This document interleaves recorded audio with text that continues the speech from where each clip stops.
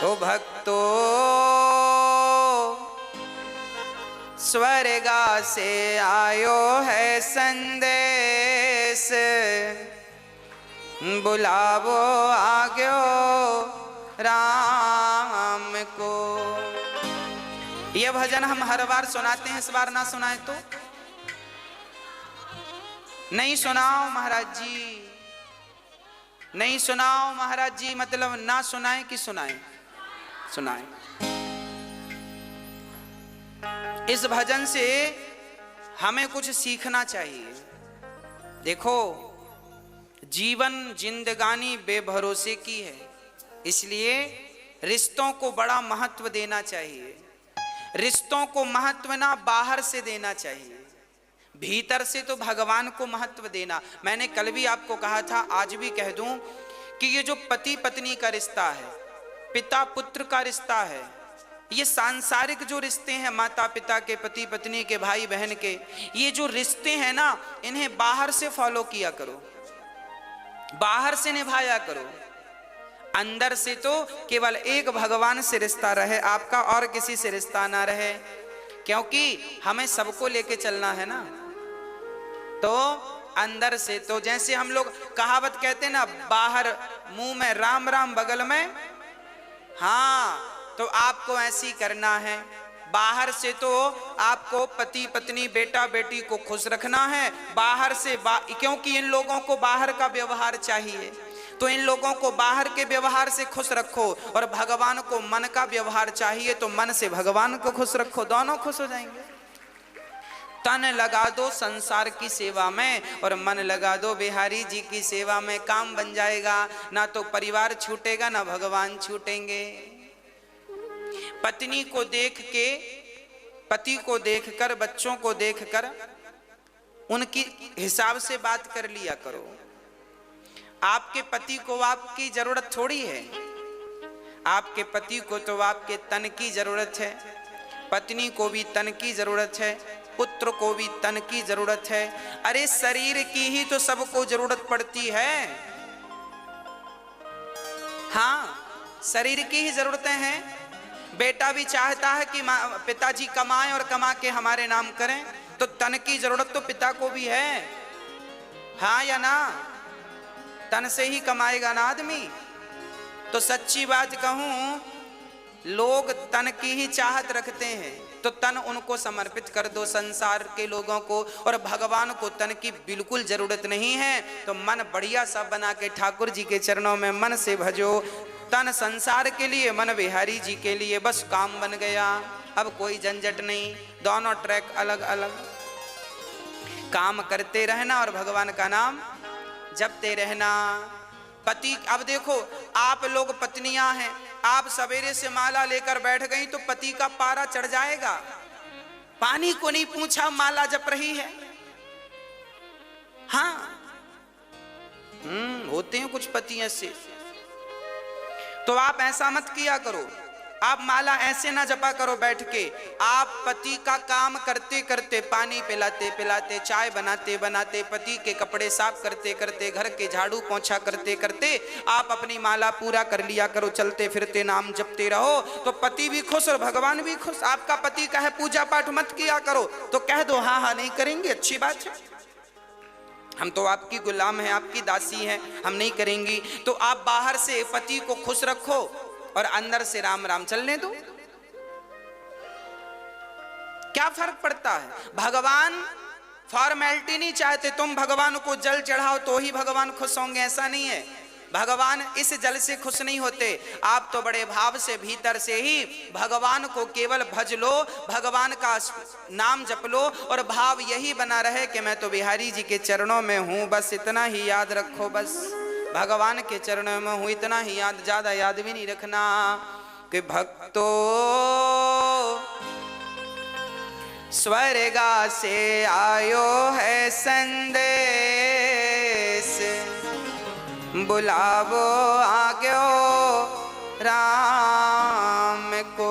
तो हम अपने बेटों से कुछ कहना चाहते हैं। क्या कहना चाहते हो? एक पिता ने बेटों से कहा कि भाई भाई प्रेम से रहना, तुम भाई भाई प्रेम से रहना, जाना है सबको उसके पास, बुलावो आग्यो राम को। भाई भाई प्रेम से रहना, जाना है सबको उसके पास, बुलाओ आजो राम को। भाई भाई को कैसे रहना है? प्रेम से रहना है। पर आज का भाई लालची हो गया है।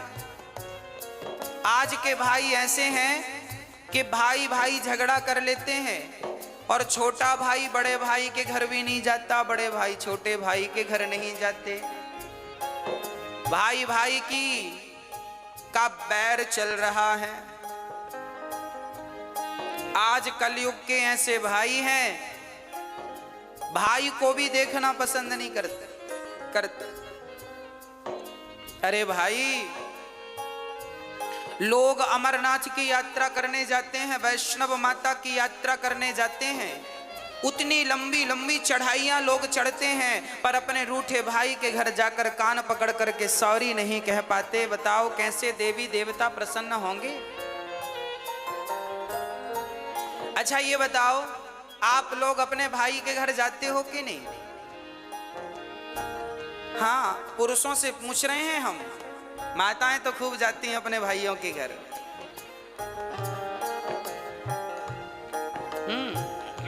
पुरुष लोगों से पूछ रहे हैं, आप जाते हो अपने भाइयों के घर? जाया करो, भाई का भी थोड़ा सा दुख दर्द समझा करो। आपका भाई कमाता नहीं है तो जरा उसे, आप कमाते हो तो जरा मदद किया करो, उसका भी कहीं काम धाम लगवाओ, उसको भी खड़ा करो।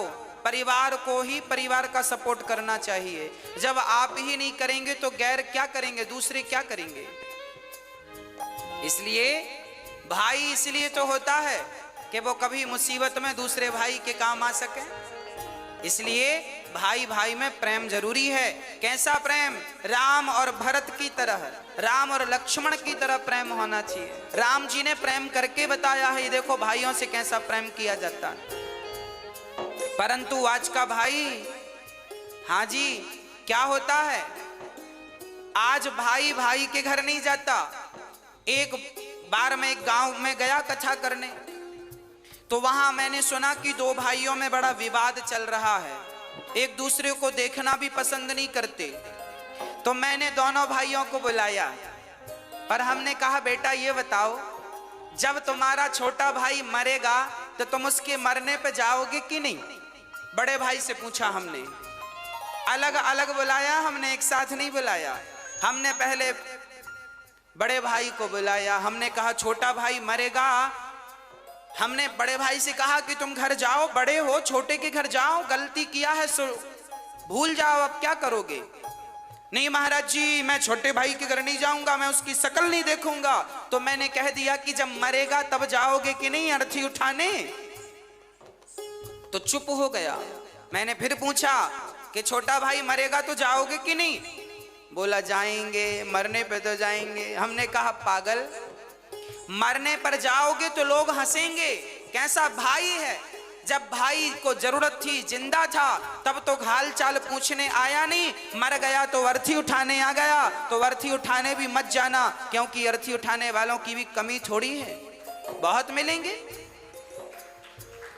उसकी आंखों में आंसू आ गए। मैंने कहा अब जा। अब मैंने छोटे भाई को बुलाया, मैंने कहा क्यों, बड़े भाई के घर जाते हो कि नहीं?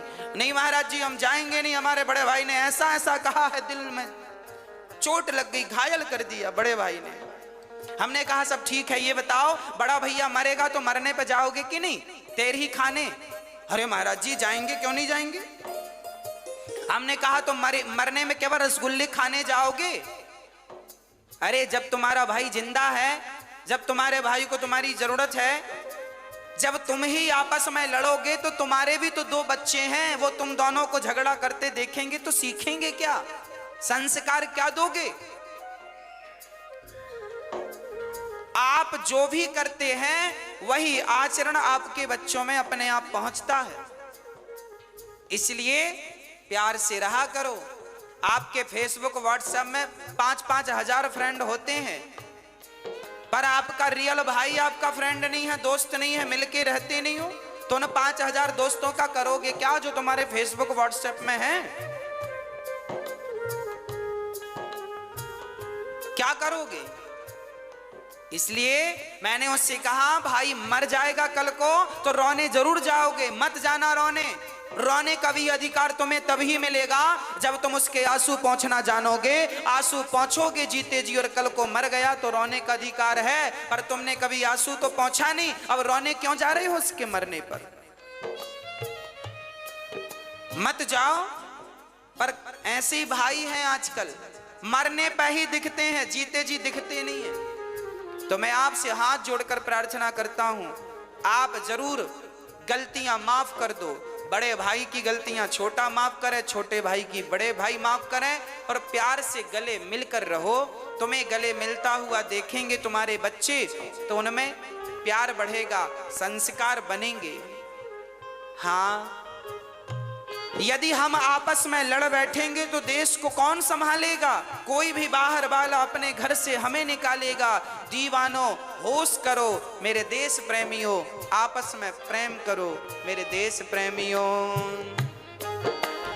1 मिनट की मोहलत दे दो, करूं बहू से बात। 1 मिनट की मोहलत दे दो, करूं बहू से बात। 1 मिनट की मोहलत दे दो, करूं बहू से बात। 1 मिनट की मोहलत दे दो, करूं बहू से बात। बहू से बात। सास मरने लगी तो यमराज जी से कहा, यमराज जी रुको, हम अपनी बहू से कुछ कहना चाहते हैं, क्या कहोगी? आपकी सासू माँ कुछ कह रही है, सुनो ध्यान से। क्या कह रही है? 1 मिनट की मोहलत दे दो, करूं बहू से बात। मैं तुम्हारो धर्म निभा दी, मैं तुम्हारो धर्म निभा दी। अब इस घर को तुम टूटने मत देना। सास को, बहुओं को चाहिए कि वो घर की अखंडता को, एकता को टूटने ना दें। देवरानी जिठानी प्यार से रहा करो। चूल्हा अलग है, काम धाम अलग है, चलेगा, पर कम से कम मन तो एक हो, मन तो अच्छे से मिल के रहो, दिल तो एक होना चाहिए। हाँ, एक ही घर की बहू हो, समझदारी का परिचय आप ही नहीं दोगी तो उम्मीद किससे रखी जाएगी? आज जिठानी देवरानी को दुश्मन समझती है, बहुत जो समझती उनका बोल रहे हैं, जो अच्छी हैं उनको नहीं बोल रहे हैं। बहुत सारी जिठानियां अपनी देवरानी को दुश्मन समझती हैं, और देवरानी भी जिठानी को दुश्मन मान लेती हैं। हमारी सबसे बड़ी दुश्मन जिठानी है, देवरानी है, झगड़ा करती रहती हैं। इनको वापस के झगड़े से फुर्सत मिले तो ये कुछ अच्छा सोचें, बेचारी यही मस्त हैं, खा लिया पी लिया झगड़ा कर लिया। हाँ?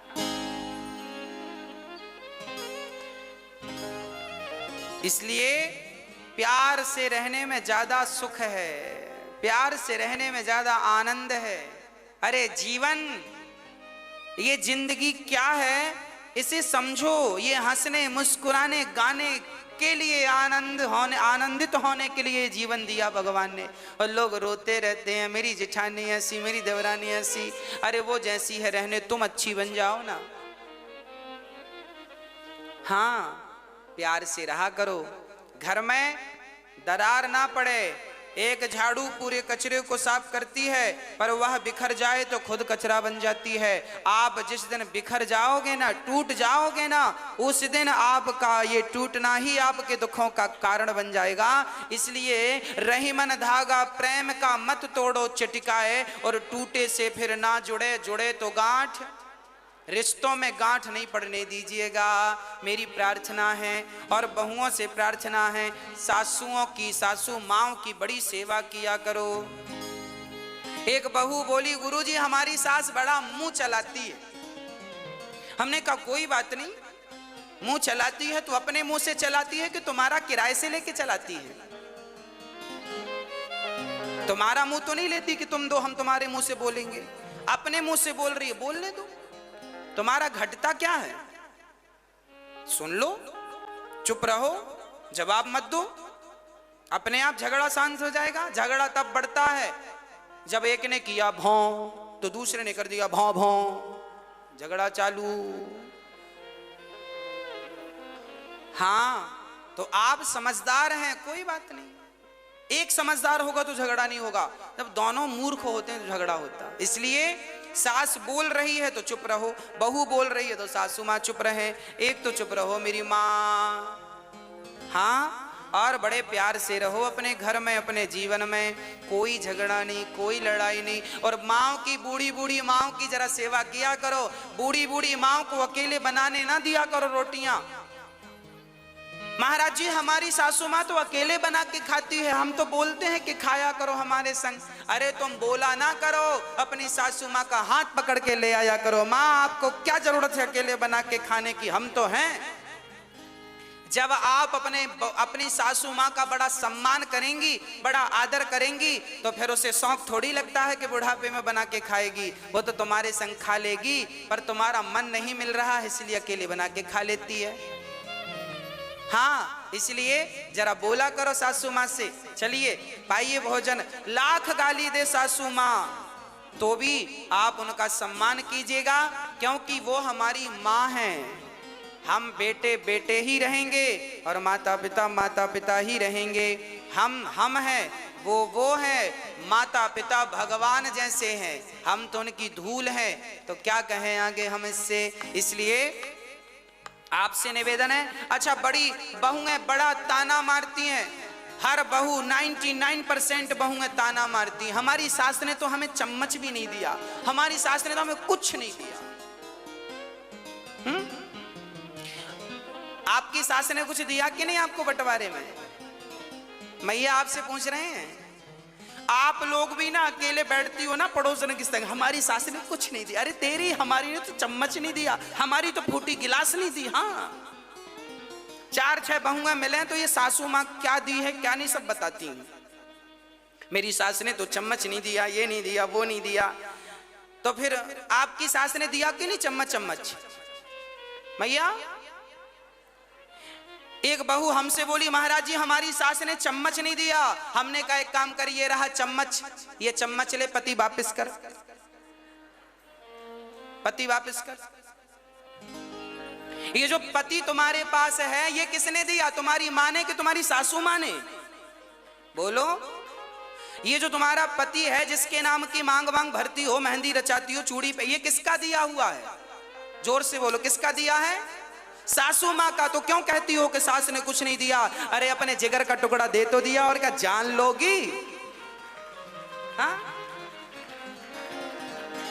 अब फिर भी रो रही हो चम्मच नहीं दिया। चम्मच तो चम्मच ले, पकड़ चम्मच, सोने का ले ले, पति वापिस कर। इसलिए ये मत कहा करो कुछ नहीं दिया, बहुत कुछ दिया है। आज आपकी होंठों पे मुस्कान है, मांग में सिंदूर है, तो आपकी सास की बदौलत है। इतना बढ़िया पति दिया है तो धन्यवाद दो, सेवा करो। 1 मिनट की मोहलत दे दो, करूं बहू से बात। मैं तुम्हारो धर्म निभा दी, मैं तुम्हारो धर्म निभा दी। बांध के रखियो ये परिवार, बुलावो आग्यो राम को। मैं तुम्हारो धर्म निभा दी। आप अपने पति से कुछ कहोगी? क्या कहना है? एक पतिव्रता नारी जब मरती है, हर नारी की यही इच्छा होती है, जो पतिव्रता होती हैं उनकी यही अंतिम इच्छा होती है। क्या एक मिनट की मोहलत दे दो, करूं पति से बात। रोली मौली चुनड़ी, रिश्तों को समझिएगा। और सबसे ज्यादा समझदारी बड़ों की है। बहू तो बच्ची है, बहू तो बेटी है, आप तो बड़ी हो ना, आप तो समझदार हो, ससुर समझदार हैं, सास तुम बड़े हो घर के। रिश्ते ना टूटें इसके लिए आप काम करो। आपकी समझदारी है कि रिश्ते ना टूटें। जिस घर में भाई भाई में झगड़ा होता है, निश्चित उस घर के माता पिता दोषी माने जाते हैं। तुम समझदारी से क्यों नहीं सुलझाए? क्यों नहीं दोनों बच्चों को बिठाकर, दोनों बहुओं को बिठाकर तुमने सुलझाने का प्रयास किया? जब माता पिता पक्षपाती हो जाते हैं ना, तब घर में झगड़ा होता है और घर में महाभारत हो जाता है। इसलिए माता पिता की बड़ी गलतियां होती हैं। आजकल के माता पिता पक्षपाती हो गए हैं। ये इनके 4 बच्चे हैं तो किसी एक बच्चे का तो पक्ष लेंगे, 3 बच्चों का पक्ष नहीं लेते, या 2 बच्चों का पक्ष लेते हैं, 1 का नहीं लेते, या 3 का पक्ष लेते हैं, 1 का नहीं लेते। तो माता पिता, तुमने जब भाई जितने बच्चे हैं सबसे समान प्यार करो, बराबर, सब उसके अधिकारी हैं। आपके पास यदि 10 रुपए हैं और 10 रुपए में आपके 2 बेटे हैं तो 5-5 रुपए के अधिकारी हैं। चलो 3-3 रुपए दो दोनों को, बाकी अपने पास बचा के रखो। पर जब तुम सेवा जो तुम्हारी करे बढ़िया दिल से, उसको देना, पर इतना तो उसको देकर जाओ जिससे उसका गुजारा होए। माँ बाप समझदार होते हैं ना तो झगड़े नहीं होते, सास ससुर समझदार होते हैं तो झगड़े नहीं होते। कई बार हमने देखा है सास ससुर ही लापरवाह होते हैं, माता पिता ही लापरवाह हो जाते हैं, अकड़ अकड़ में रिश्ते खराब हो जाते हैं। कई सासों को हमने देखा है कि बहुओं के साथ बहुत बुरा व्यवहार करती हैं। बहुत सारी बहुएं हैं जो सास के साथ व्यवहार बुरा करती हैं, पर समाज में ऐसी सासें भी पाई जाती हैं जो बहुओं के साथ बुरा व्यवहार करती हैं। ऐसी सासों को भी ठीक होना चाहिए और बहुओं को भी अपने विचार ठीक करने चाहिए, सासों को भी। और रिश्तों में प्रेम हो, बड़ा छोटे का भाव ना हो कि मैं बड़ी महारानी हूं, मैं मालकिन हूं घर की, ना। जो है ठीक है, समझदारी रहे तो फिर झगड़े नहीं है। समझदारी है तो झगड़े नहीं है, और समझदारी नहीं है तो झगड़े हैं। अब जिनके घर में झगड़े हैं, समझ लेना कि इनके घर में समझदारी की कमी है। एक भी समझदार होता तो झगड़ा नहीं होता। इसलिए मैं निवेदन करता हूं, सासुओं को भी समझदार होना है, बहुओं को बेटी की तरह रखना है, और बहुओं को भी समझदार होना है, सासों को भी माँ की तरह प्यार करना है। बस यही आपके घर को स्वर्ग बनाने के फॉर्मूले हैं, सूत्र हैं।